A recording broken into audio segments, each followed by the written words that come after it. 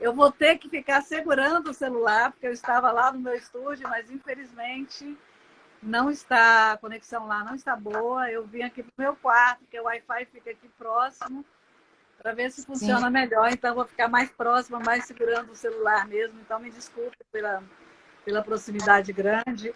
Eu agradeço a todos. Aqui está maior pé d'água, não sei se estão ouvindo. Está uma chuva muito forte aqui no Recreio. Mas, olha, bom, obrigada a todos que estão entrando. A gente vai começar para não atrasar muito, não demorar bastante, né? Porque a gente tem que, tem que ser pontual, né? Para garantir o nosso time, o valor do nosso time. Mas esse canal, Catálise Psique, é um canal muito novo, ele é feito exatamente para trazer vivências, compartilhar vivências das diversas pessoas, com suas profissões, com as suas experiências, com seus desafios, superações e tudo. E tem sido um prazer enorme, tem ajudado muita gente, as manifestações são muito boas. E eu estou muito feliz, Patrícia, por você ter aceito falar conosco. Você sabe que eu já admiro a sua trajetória já há bastante tempo. Nós trabalhamos juntas durante um período em ambiente corporativo. E, na época, a Patrícia já nos surpreendia com o seu hábito alimentar diferenciado, né? Sempre trazendo as suas vasilhinhas com as comidinhas cruas, né? Com as frutinhas e tal. E já nos encantava por isso, porque era um momento em que a gente vivia em muita correria e ela conseguia se manter, né, com com seus objetivos sempre em retilíneo. Mas é isso, minha querida. Eu gostaria que você se apresentasse e tocasse, né, naquela linha que a gente escreveu lá. Se você tiver alguma dúvida, eu entro. Eventualmente eu faço algum questionamento, mas vou tentar não te interromper, porque hoje você é a estrela. Tá Um beijo. ótimo. Uma boa noite para você, Pedrinha. Boa noite a todos e todas que estão nos assistindo. É um prazer imenso estar aqui. Fiquei muito feliz com o convite. Não esperava, não conhecia o seu canal. Parabéns aí pelo seu canal, tá? Então, a gente trabalhou junto, né, num ambiente corporativo. Realmente, a minha formação, ela é uma formação em administração, em hotelaria, e eu tenho uma especialização em marketing. Mas esses temas que a gente trouxe aqui para conversar, né, com nossos amigos que estão aqui nos assistindo, são temas que eu venho estudando. Venho estudando aí desde 2019, venho estudando agrofloresta, venho estudando permacultura, fitoterapia, e eu ainda estou concluindo o estudo, né, o meu curso de agricultura biodinâmica, que esse ainda estou prosseguindo aqui. Eu trouxe aqui um pequeno roteirinho só para eu me orientar e para eu não fugir muito, né? Porque pode ser que, conforme a conversa for avançando, ter dúvidas, assim, aí eu vou me orientando aqui pelo um rápido resuminho que eu fiz. Então, nessa área, né, de agrofloresta, de permacultura, eu tenho aí uma pequena horta na minha varanda, eu fiz uma caixa. Não é muito grande, né? Até porque o espaço é muito grande, mas eu também tenho compostagem, que na verdade eu tenho um minhocário, e desse minhocário eu tenho os produtos, que tem o biofertilizante, que eu vendo, e o adubo orgânico também.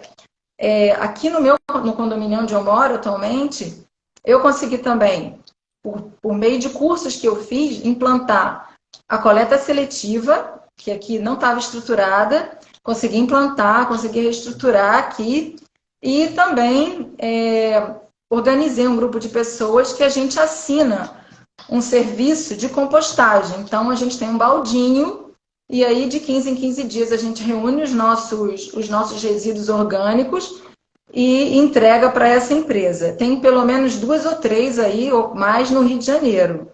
Tá? Essa atende aqui a área onde eu moro. Mas que não dá vazão à minha composteira, o meu minhocário. Enquanto ela está cheia e está compostando, eu preciso ter outro serviço para realmente recolher o meu resíduo, porque senão ele, infelizmente, iria parar aí nos aterros sanitários, que é uma coisa que eu não gostaria. Tá certo? Então tá, então acho que a gente pode começar aí Falando também recentemente, eu dei uma aula sobre compostagem na escola onde minha irmã leciona biologia. Ela me convidou, que os alunos queriam instalar lá um canteiro, começar a plantar temperinhos. Aí eu fui, organizei um material, fiz uma composteira em caixinha de sorvete. É tudo possível fazer isso. Então, assim, dá para reutilizar bastante coisa, né? Rolinho de papel higiênico para você plantar mudinha. Ou você nem precisa tirar dali, você planta direto na terra. Então, várias coisas que é possível, né? Reutilizar, reciclar, reduzir o nosso consumo. Então, acho que desde assim que eu comecei aí, eu acho que eu comecei mais nesse crudivorismo, né?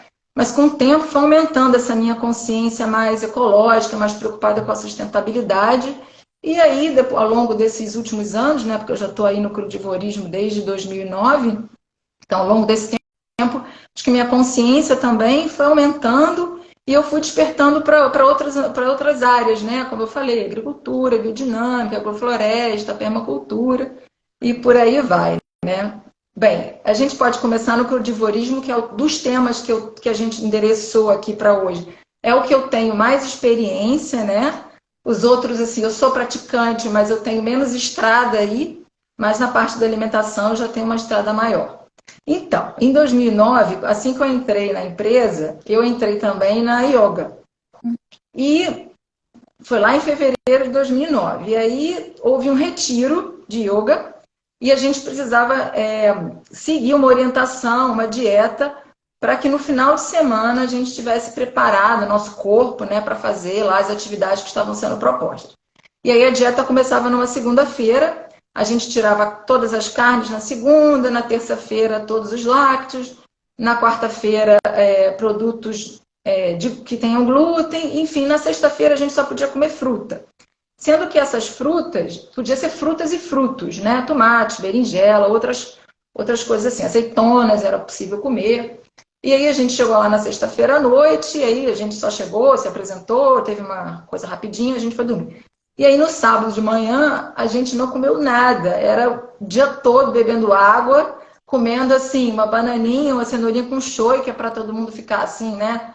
Alerta, a pressão não cair, mas assim, foi muito exercício o dia todo, exercício de asanas e meditação, mas foi a experiência assim, física mais incrível que eu acho que eu já tive na vida, porque eu nunca imaginei que eu fosse ter vitalidade, energia para fazer os exercícios, e era ao contrário, eu tinha muita energia, então assim, foi surpreendente aquilo que aconteceu, né? E aí, à noite a gente já fez uma refeição crudívora, porque o sítio era de propriedade de um crudívoro que eu conheci, que todo mundo conheceu a maioria das pessoas conheceu naquele dia, mas ele já praticava yoga, ele saiu do Rio, foi morar na cidade serrana, e aí abriu a casa para a gente fazer lá, né? E assim, no domingo a gente já teve um de jejum, tudo era cru, a alimentação foi crua todo o final de semana. E aí, quando eu voltei desse retiro, eu já não consumi mais a carne vermelha, né? Já cortei a carne e não voltei mais a consumir. E um mês mais ou menos depois, eu acabei me relacionando com essa pessoa que era o dono do sítio, a gente estabeleceu aí um namoro. E aí, como ele já era crudívoro um tempo, isso facilitou muito, né? Porque já tinha aí uma estrada e também eu conheci muitas pessoas do Terrapia, que é lá da Fiocruz. Eles têm um programa, eles ensinam como você fazer o crudivorismo. Eu só não precisei fazer porque já tinha uma pessoa que fazia. Então, né? Então, assim, eu já peguei carona, algumas coisas que não deram certo, né? Então, foi fácil, foi mais fácil para mim. Mas eu realmente fiz uma transição meio rápida, que no fim desse ano aí de 2010, esse retiro foi em 2010, eu entrei na yoga em 2009, o retiro foi em 2010. No fim de 2010, no final do ano, eu já tinha suspendido todas as carnes. E ao longo do tempo eu fui tirando todas as outras coisas, né? Açúcar eu já tinha tirado, inclusive, antes. Antes disso, eu já tinha cortado açúcar, aí fui substituindo leite por leite de soja a princípio, depois eu também tirei o leite e não consumi mais. Tá. Vale. Só para esclarecer. Vale. Na época, eu achava que você era vegana. Eu não tinha nem ouvido falar o que era crudivorismo. no crudivismo, você não come nada de leite, nada de açúcar, nada de carne, de derivados de animais, Não. só frutas e legumes. Você pode comer fruta, quer dizer, pode, você pode comer o que você quiser, mas assim, a dieta seria não comer carnes nenhuma, né? Nada de origem animal, realmente. Você vai comer frutas, você vai comer legumes, você vai comer verdura, você vai comer oleaginosas, né? As nozes, as castanhas, você vai comer tudo isso aí.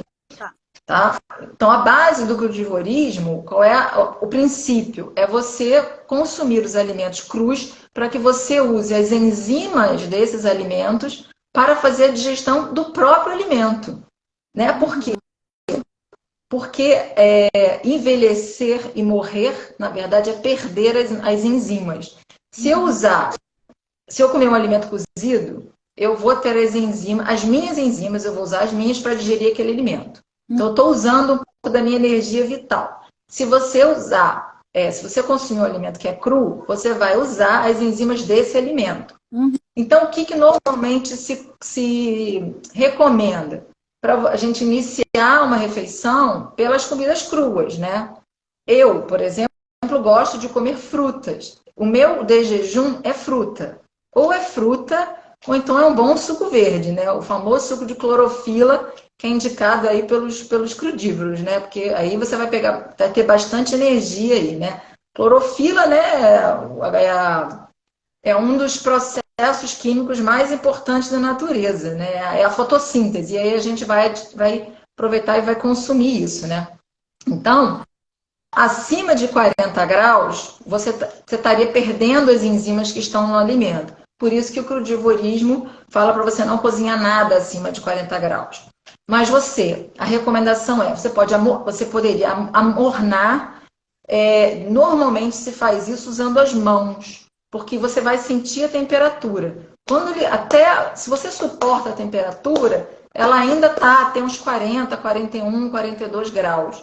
Acima disso, você já teria perdido essas enzimas, né? Outra coisa importante, e assim, eu acho que é bastante... preciso recomendar isso. Uma coisa que eu não sabia na época. A gente só pode germinar sementes que sejam orgânicas. Porque quando você germina uma semente, lembra lá daquela experiência que você fazia com o feijãozinho no algodão, que ele vai começar a brotar? Então, você vai fazer isso, vai todo mundo fazer isso, só que você vai botar essas sementes na água. Você vai botar um período na água, uma noite na água, depois você escorre a água, deixa mais 2 períodos, mais um dia, uma noite, no ar, que a gente chama assim, com aquele filozinho no vidrinho para os grãos não caírem, você vai deixar virado para baixo, e aí, nesse processo, ele vai germinar. E aí, nesse processo, a energia dessa semente, ela é multiplicada muitas vezes, milhares de vezes. Então, se você faz isso com uma semente que não é orgânica, e se ela estiver contaminada com agrotóxico, você vai estar potencializando isso também. Por isso que você não pode fazer. Você não pode nem, por exemplo, fazer brotos. Por exemplo, broto de girassol. É uma delícia broto de girassol.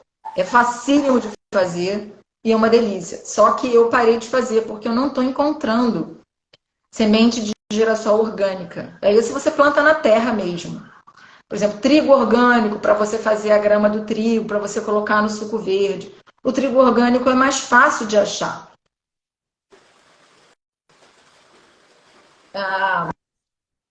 Outras sementes não são tão simples. Por exemplo, dá para encontrar grão de bico orgânico. Agora, lentilha orgânica eu nunca achei. Bem difícil. Encontra trigo, que eles chamam de trigo sarraceno, que na verdade não é um trigo. Ele não é trigo, ele não tem glúten. Tá? Não tem. Por exemplo, agora o trigo, se você germina o trigo ele tem, não é que ele deixe de ter glúten. Ele ativa também uma enzima que inibe o glúten. Então até celíaco pode comer. E foi feita uma experiência dessa nesse retiro de yoga que eu estava, de fazer um pãozinho de trigo normal, mas que estava germinado. E tinha uma menina celíaca, ela comeu, ela falou, se tivesse problema, eu já estaria agora com alergia, já estaria passando mal. Então, assim, e a gente faz isso como? Num desidratador. Eu até trouxe aqui uma listinha de alguns equipamentos que eu recomendo a ter. Por exemplo, quem realmente quisesse fazer uma dieta crudívora, é aconselhável ter um bom liquidificador. Não precisa ser um Vitamix. Se você puder e quiser e usa muito, é bacana comprar um Vitamix. Mas se não, eu não tenho um Vitamix. Eu tenho um liquidificador bom, com uma boa potência. Uma outra coisa que é importante para quem é crudívoro, ter um desidratador. Eu tenho um que é o Excalibur, é um dos melhores que tem, mas eu ganhei de presente e ele é importado. Mas existem várias marcas no Brasil e muitas que são boas. É bom porque você pode desidratar muita fruta. Abacaxi, manga, maçã, caqui. Eu faço assim, processo algumas frutas no liquidificador e coloco num vidro. Eu comprei vidro na vidraçaria, um vidro grande, do tamanho das prateleiras do desidratador. E aí em cima eu coloco banana, mamão, assim, processado e boto no desidratador. Deixo lá a 38, 40 graus à noite, no dia seguinte eu tiro. E aí ele fica sem água praticamente, ele fica bem mais sequinho, não fica escorrendo, mas ele fica numa consistência de brigadeiro. Gente, fica tão gostoso.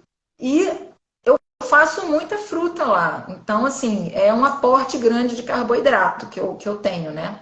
Eu como muito carboidrato. Mas você comentou que você não é crudívoro. Então, eu reduzi bastante a quantidade de grãos que eu comia. Então, como eu estava falando antes, meu café da manhã, meu desjejum é crudívoro. Ou é fruta, ou ele vai ser um suco verde. Na hora do almoço, eu sempre como antes fruta. Eu como banana, eu como uma pinha, temoia, como alguma coisa assim. Aí eu já tenho alguma coisa que estava cru antes da comida cozida. Depois eu como cereal, leguminosa, ou seja, arroz, feijão, ou arroz ou quinoa. Né? Eu como legume, eu como verdura, raízes, e só não tenho carne, não tenho carne de nenhuma espécie. Eu também nada de leite, isso eu realmente não consumo, nem leite, nem glúten, nada disso. Então eu dei uma equilibrada. À noite eu costumo comer. Às vezes eu gosto de comer um guacamole, que eu adoro, ou então uma pastinha de girassol que eu faço, processada. Às vezes eu também como isso, então às vezes é uma sopinha. Então, assim, eu dei isso foi no meio da pandemia. E eu não cozinhava nada, praticamente.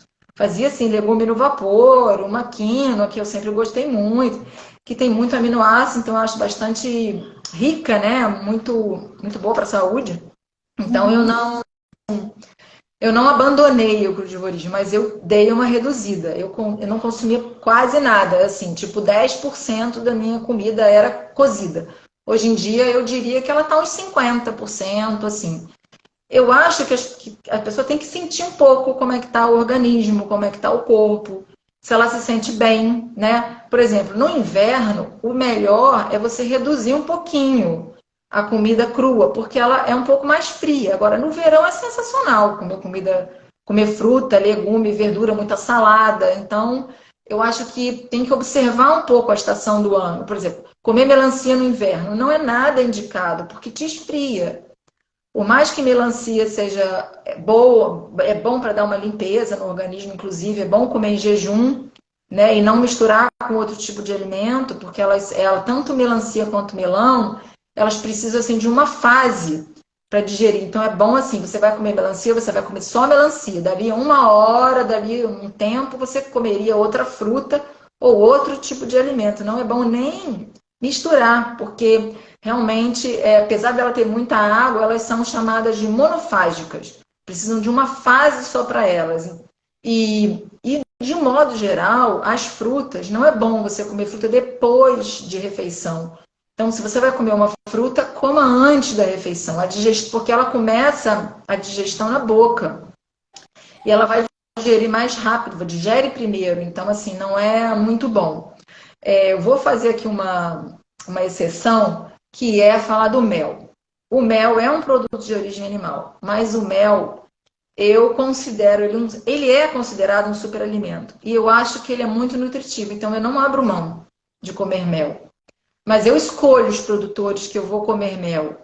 Eu não compro mel em nenhuma lojinha por aí. Eu sei, eu já tenho um fornecedor, agora estou conhecendo um outro. Eu só compro mel que é de fornecedor que eu conheço, porque é um mel cru.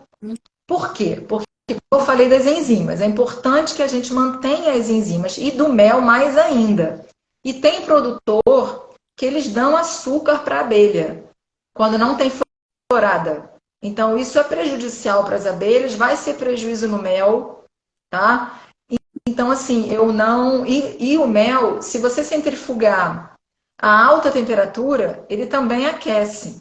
Então, por isso que eu procuro o produtor que vende um mel cru. E esse que eu estou comprando é de uma região lá de Macaé de Cima, na região serrana aqui do Rio. E ele, inclusive, não retira a geleia real, porque a geleia real é o alimento da abelha rainha. Eu já consumi geleia real. Aliás, ele é outro super alimento e é super indicado para mulheres na menopausa.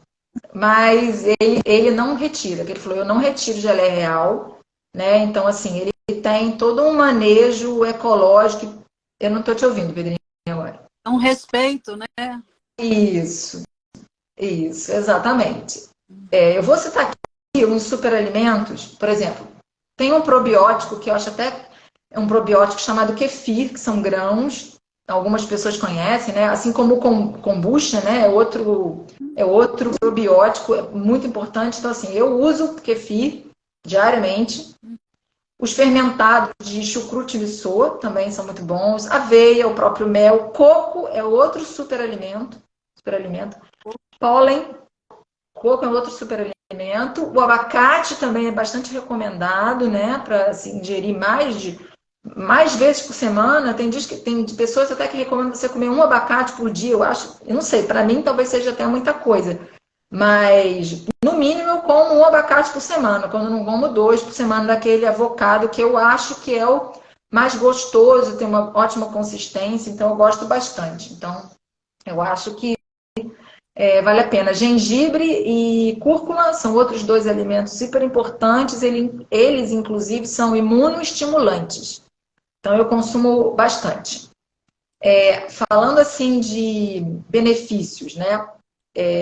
Eu melhorei muito, assim, de dores de cabeça, quando eu comecei no crudivorismo. Vez ou outra, assim, eu tinha uma dor de cabeça, mais de fígado, sumiram. Cólicas menstruais, também nunca mais tive, nada de prisão de ventre. E vício de açúcar. Eu não tenho vontade de comer, pode botar o doce que for na minha frente. Até doces que minha mãe faz, que minha avó fazia, nada. Porque, na verdade... Hora nenhuma. Não, porque eu como muita fruta. Eu substituí o açúcar refinado pela frutose. Uma fruta que é super doce e que eu recomendo também, ela é ótima, né, para mulheres ou grávidas ou que estão amamentando, é a tâmara. É maravilhosa, além dela ser super doce. Brigadeiro de tâmara com cacau não deixa de ver nada leite condensado com Nescau, gente. Então, assim, eu posso dizer que pode botar o doce que for na minha frente, que eu realmente não sinto vontade. Então, não tenho. Agora, em termos de desafios, desafio é encontrar boas sementes, né? Sementes orgânicas para a gente poder germinar, né? Viajar a trabalho sempre foi um grande desafio, porque muitos lugares... Primeiro que às vezes você vai com aquele horário contado, né? E não dá tempo de você passar no supermercado. Ou então, muitas vezes, eu levava fruta daqui do Rio, levava fruta para algum dos estados que eu costumava viajar antes. Até viagens internacionais eu já levei, fazia pastinha de girassol congelada. Eu congelava a pasta de girassol, tirava do congelador na hora de sair, enfiava na mala e ia embora. Todo lugar que eu ia tinha que procurar uma geladeira. Você olha só, onde é que tem uma geladeira que eu preciso guardar, né? E você sai, às vezes, de manhã de hotel, né? Toma café, sai do hotel, vai para sua reunião, seu evento de dia inteiro. Aí eu sempre levava comida. Então as pessoas já sabiam, né? Que eu estava sempre com a comida. Quem viajava comigo já sabia que eu estava com a comida, né? E às vezes era difícil achar. Brasília é um lugar bem difícil, né? Porque você fica naquele setor hoteleiro e aquele setor hoteleiro não tem um supermercado, uma quitanda, não tem nada praticamente. Então é bem complicado, né? E quando eu vou jantar, assim, na casa da minha família, eu levo. Ou eu janto antes, ou eu como antes, ou eu levo. Porque eles têm uma dieta convencional. Então, assim, dá para comer uma salada com eles, dá para comer algum legume assim, mas a maior parte das coisas acaba que eles consomem carnes, então eu não tenho que realmente estar sempre prevenida aí, né? Então eu meio que eu aviso, falei, olha, gente, vou chegar um pouquinho mais tarde, porque eu ainda vou fazer, vou almoçar, ou eu vou jantar, ou então eu vou levar. E aí, às vezes, quando colegas me convidam, né? Tive um colega que convidou há pouco tempo, aí ele falou, não, fiz um almoço aqui em sua homenagem. Eu cheguei lá, tinha um guacamole, e depois ele fez uma refeição que tinha lentilhas, uma delícia. Então o prato tava para mim, né? Eu não precisei levar absolutamente nada, eu só levei uma sobremesa para compartilhar, que era esse brigadeirinho, esse brigadeiro doce aí que eu faço e levo aí, né? Bem, eu trouxe uma lista de livros. Fale, você ia falar alguma coisa? Estão comentando, nem sei, alimentos que são orgânicos realmente. Como é que você higieniza? Então, como eu não estou germinando muito mais os grãos, assim, o girassol, por exemplo, eu hidrato o girassol só. Hidrato na água com limão. Eu não germino o girassol descascado mais. Então, eu quase não estou mais germinando. Eu tenho, a maior parte da comida crua que eu estou ingerindo são as frutas. Ou um guacamole, ou esse girassol que eu estou falando. Agora, eu encontro grão de bico orgânico na feira orgânica. Então, feijões eu encontro, né? Lentilha não encontro.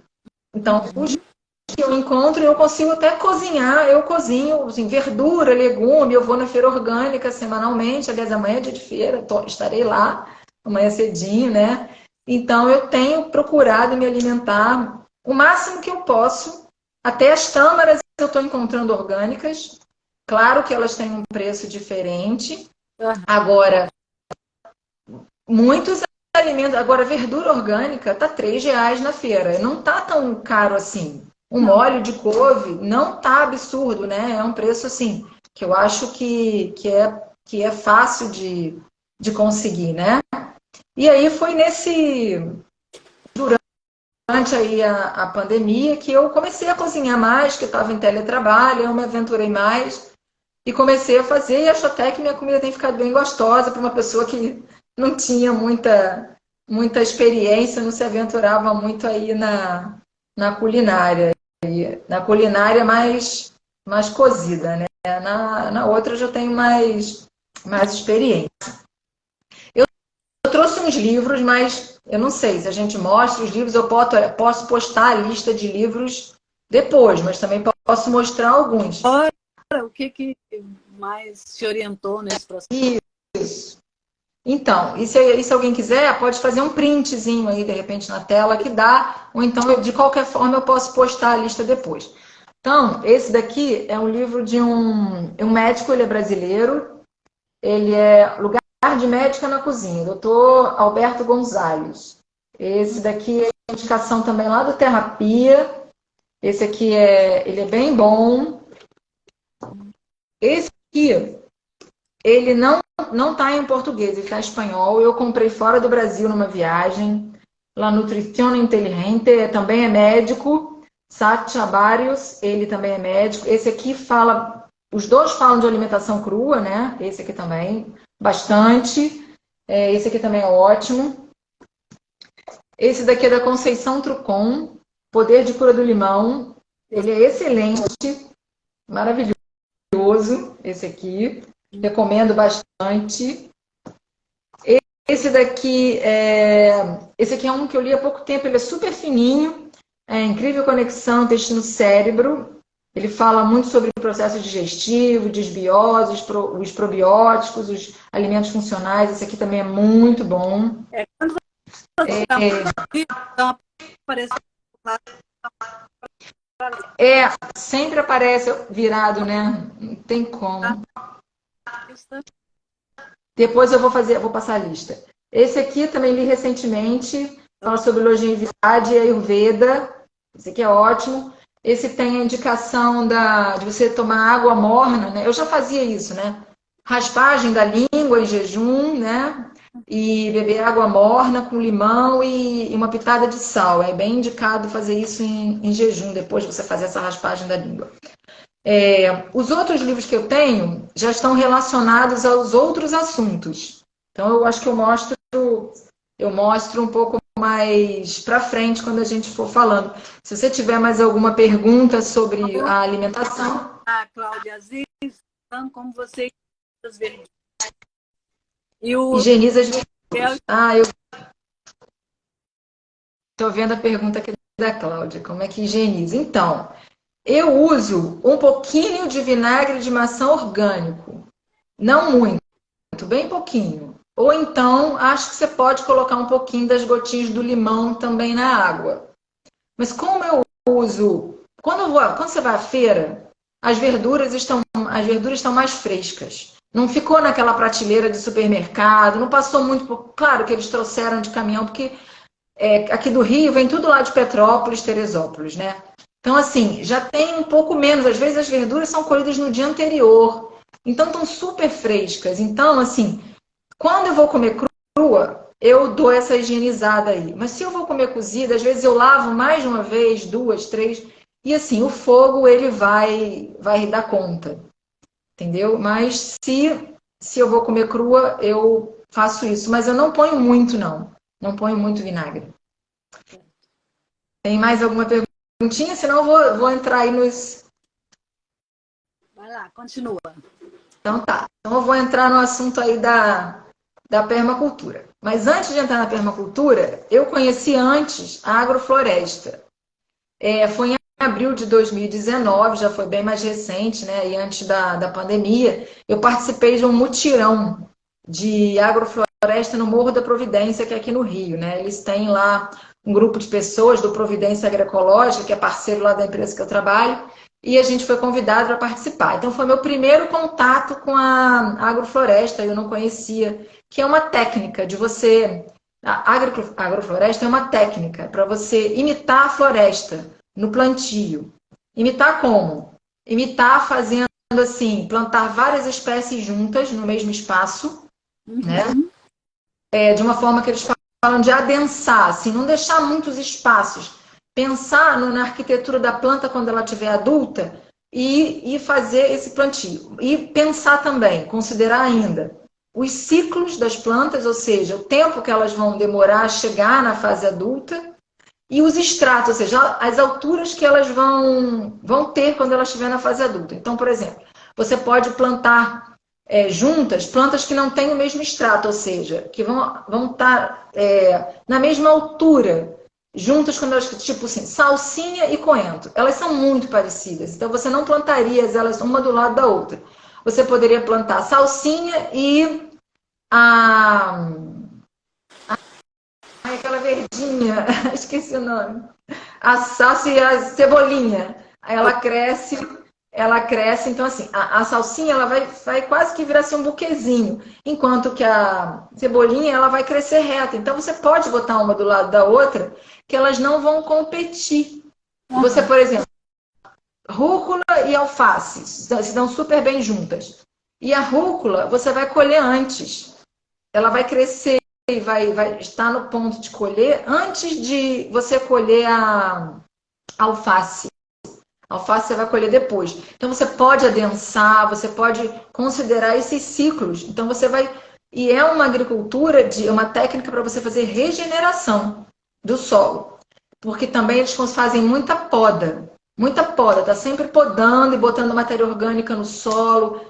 e poda de novo, e aí cresce e poda. Então, assim, é muita ciclagem de nutriente. Um grande nome aí da agrofloresta é o Ernst Götz, que é o que trouxe, é um suíço que trouxe essa técnica aí para o Brasil. Ele passou por outros países, mas ele está radicado lá na Bahia já há muito tempo, desde 82, e ele tinha uma fazenda, que a fazenda acho que se chamava Fugidos da Seca, coisa assim. E aí ele comprou a fazenda, ele plantava de madrugada, plantava árvore de madrugada. E aí ele conseguiu recuperar 14 nascentes dentro dessa propriedade, e hoje a fazenda se chama Fazenda Olhos d'Água. Então, assim, mudou o ambiente, ele conseguiu mudar o ambiente com essa técnica, né, da agrofloresta. Então, ele trouxe isso aí. A outra referência de regeneração de solo é a Ana Primavesi, que é uma agrônoma, né? Ela também foi radicada no Brasil, ela já faleceu. E o livro que eu tenho dela, que eu vou mostrar aqui agora, é esse aqui, que chama Manual do Solo Vivo, esse aqui eu já li. E ela tem aqui embaixo, não sei se está dando para ver, mas é solo sadio, planta sadia e ser humano sadio. Ou seja, a gente precisa realmente cuidar do solo, né?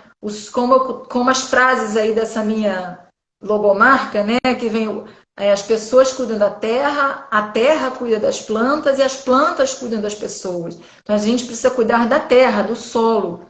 E aí o restante é um ciclo, né? Que vai sendo feito aí, né? Então essas frases eu ouvi pela primeira vez nesse mutirão de agrofloresta lá no Morro da Providência. E depois que eu fiz o meu curso de permacultura, né, que se chama Permaculture Design Course, chamado PDC, é o mais conhecido como PDC, eu desenhei essa logomarca quando eu voltei desse curso. E aí eu trouxe essas frases, eu achei muito importante trazer e colocar aqui na minha marca, porque ela tinha esse significado grande, né, de usar as mãos, né, botar as mãos na terra, né? Você está sempre em contato com a terra, porque a terra, ela te dá muitas vezes aquilo que está faltando. Ela te cura por um lado, ela te traz energias de que estavam faltando, e muitas vezes acontece de nascer plantas na tua terra, na tua horta, que você precisa, mas que você não semeou. Espontaneamente elas nascem. Isso acontece muito. Isso não é incomum, porque tem uma troca ali, né? Uma troca de energia grande, né? Com a Terra. Então, isso vai acontecer. Então, o contato aí, né, da permacultura foi com esse curso, né? Eu já tinha ouvido falar, já conheci. Fui fazer esse curso antes de entrar a pandemia. Eu fui no fevereiro, carnaval de 2020, eu fiz o curso. Quando eu voltei do curso, acho que um mês depois entrou aí a pandemia e eu tinha feito esse curso presencial. Então, a permacultura ela foi criada por um australiano chamado Bill Mollison. E o que é a permacultura? Ela vai trazer um olhar de gerenciamento de energias.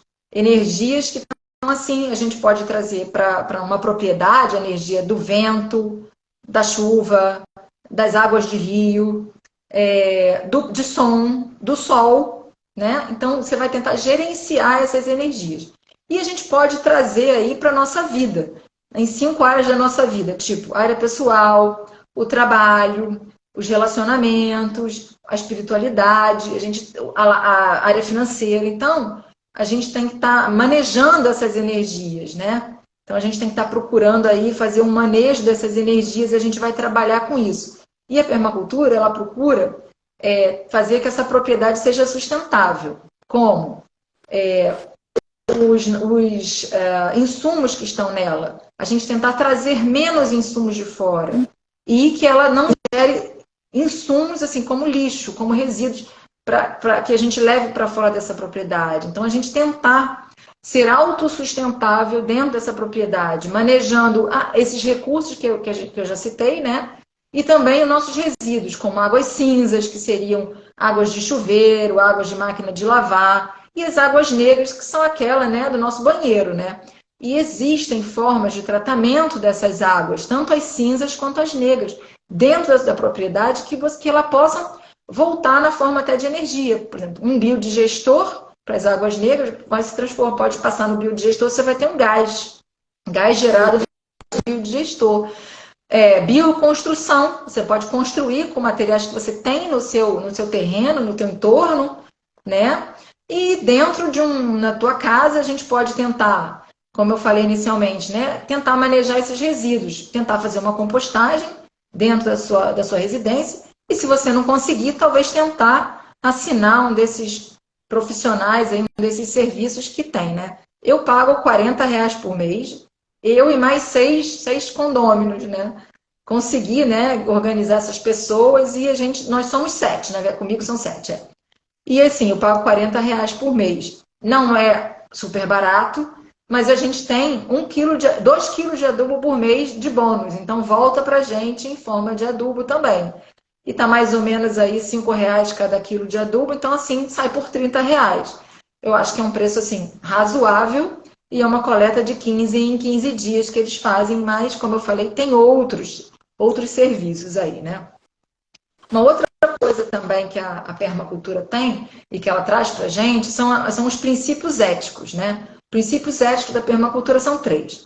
Cuidar do planeta, cuidar da terra, né? Aí floresta, solo, ar, animais. O cuidado com as pessoas, né? Com a gente mesmo, começando com a gente, né? A família e a comunidade. E o terceiro, que é a partilha justa, que é aquele da gente pensar que outras pessoas estão no mundo, né, que teria uma igualdade de condições, né, e também vem também junto uma coisa chamada princípio de bastança, que a gente não tem aí um consumo desenfreado. Para a gente pensar, será que a gente realmente precisa de tudo isso? Será que não daria para a gente fazer uma redução, pensar no planeta, usar menos, né, menos insumos, menos... Será que eu preciso de tantos pares de sapato? Preciso realmente de tudo isso? Tem uma consciência, né? Para quando a gente fosse... Eu acho que já tem muita mudança nesse sentido, né? O meu marido, ele já fazia há muito tempo atrás. Minha filha está com 21 anos, ela tinha a minha cultura. E o pessoal no interior mineiro, mesmo lá no interior que eu fui, eles já fazem uso de muita coisa, aproveitamento de muito, de estrume, de água. Eles aproveitam o máximo para usar o mínimo possível, de preferência não usar. Então, eu acho que existe uma consciência que ela vem crescendo. Porque nós nascemos, vou falar isso sempre, vou falar, porque a gente nasce um ser perfeito, né? Com uma centelha divina, com todas as condições. O que nos faz adoecer? Interferência. Então, quanto menos interferência eu deixar delas, a questão da toxicidade, né? Quanto mais natural o processo, tanto do que eu vou me alimentar e do que eu vou respirar, por exemplo, ar mais puro, enfim. Quanto mais natural, mais saúde eu tenho, mais longevidade eu tenho. Então, é um tema muito agradável, que a gente ficaria muito tempo falando. Eu acho assim, você é uma pessoa incrível, Patrícia.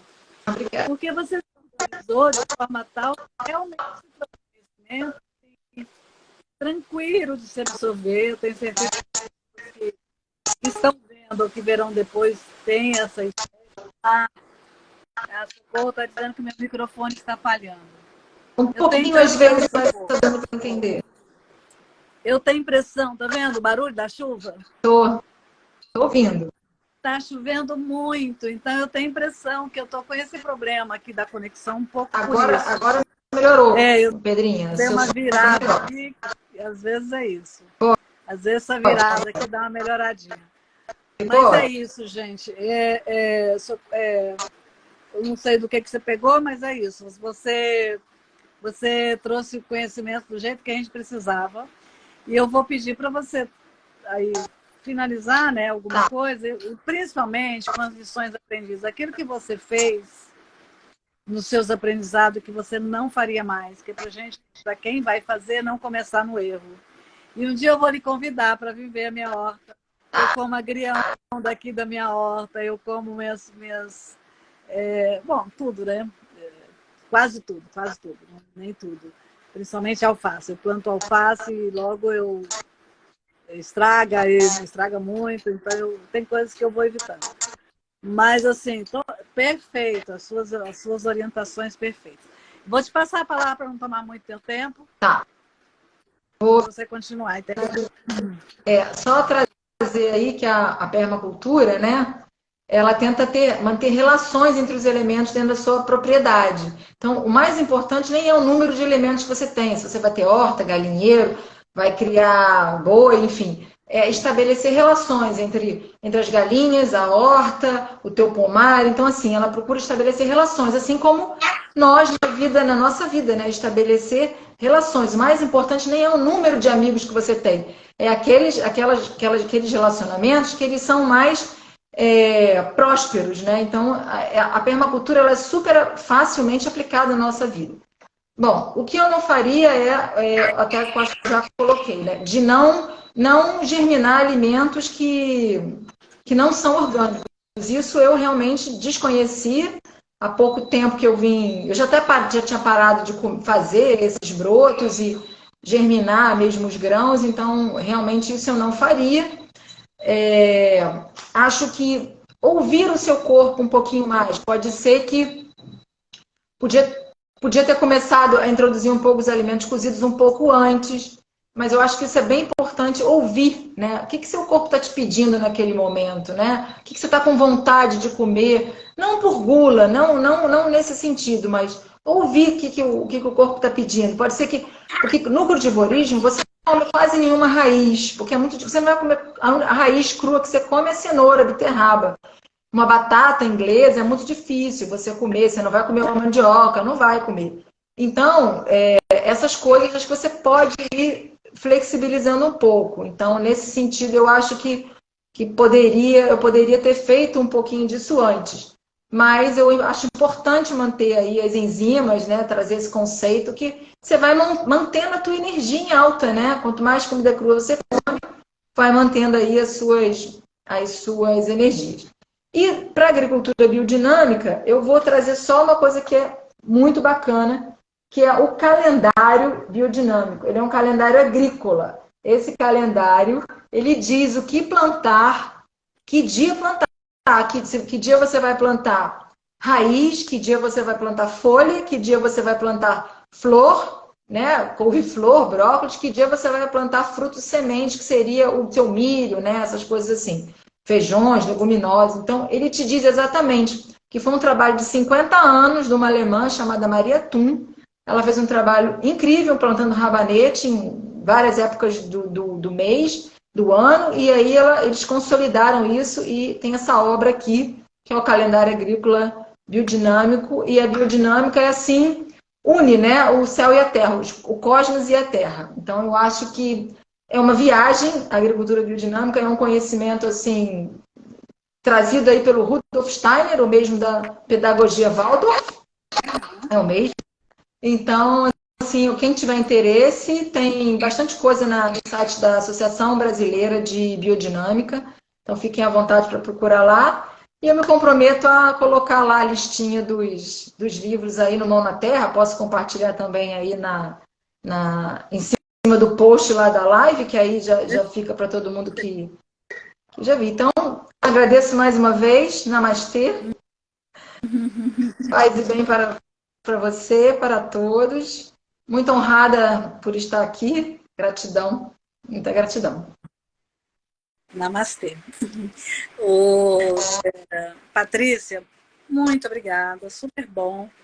Você dá vontade de ficar perguntando muitas coisas. Eu sou uma curiosa, né? Eu agora estou fazendo a medicina chinesa, né? Então eu estou muito voltada para essas coisas de que nós somos um só, um todo, né? Nós estamos interligados de alguma forma. Então a gente tem que ampliar mesmo essa consciência, cuidar mesmo uns dos outros e principalmente da gente. Isso se faz com autocuidado, a gente se autocura quando a gente toma consciência de que tem que evitar os desperdícios e tem que evitar as... Eu tô falhando outra vez, é? Estou ouvindo você bem. Evitar os desperdícios e evitar os excessos. Muito bem, todo mundo aí com namastê para você. E foi uma delícia. Obrigada a todos. A gente ficaria mais tempo, mas realmente prolonga muito. Marcamos aí, outro dia, a gente fala de outro assunto para aprofundar, se quiser. Outro assunto, super legal. E sigam a Patrícia, Mãos na Terra lá. Isso, Mão na Terra. Beijo. Beijo, boa noite. Obrigada, gente. Obrigada a todos. Boa noite. Depois, se você puder salvar a live, que eu compartilho lá, né? Certeza, vou te passar. Beijo. Beijo, boa noite.